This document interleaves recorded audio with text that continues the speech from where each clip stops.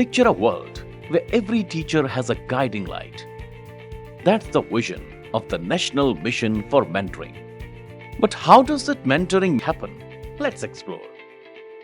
NMM offers two modes of mentoring: individual and group. Think of it as a professional growth. Individual mentoring is like having a personal friend, philosopher, and guide for your teaching skills. One mentor, one mentee, endless possibilities. Group mentoring, on the other hand, is where the action really happens. It comes in four dynamic forms. Discussion circles, where experts lead and everyone learns. Peer mentoring, teachers helping teachers. It's a win-win. Case-based discussions, real problems, real solutions. Flash mentoring, quick wisdom boosts for busy educators.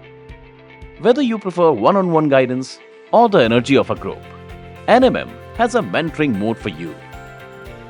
Remember, in the world of education, learning never stops. So, which mentoring mode will you choose?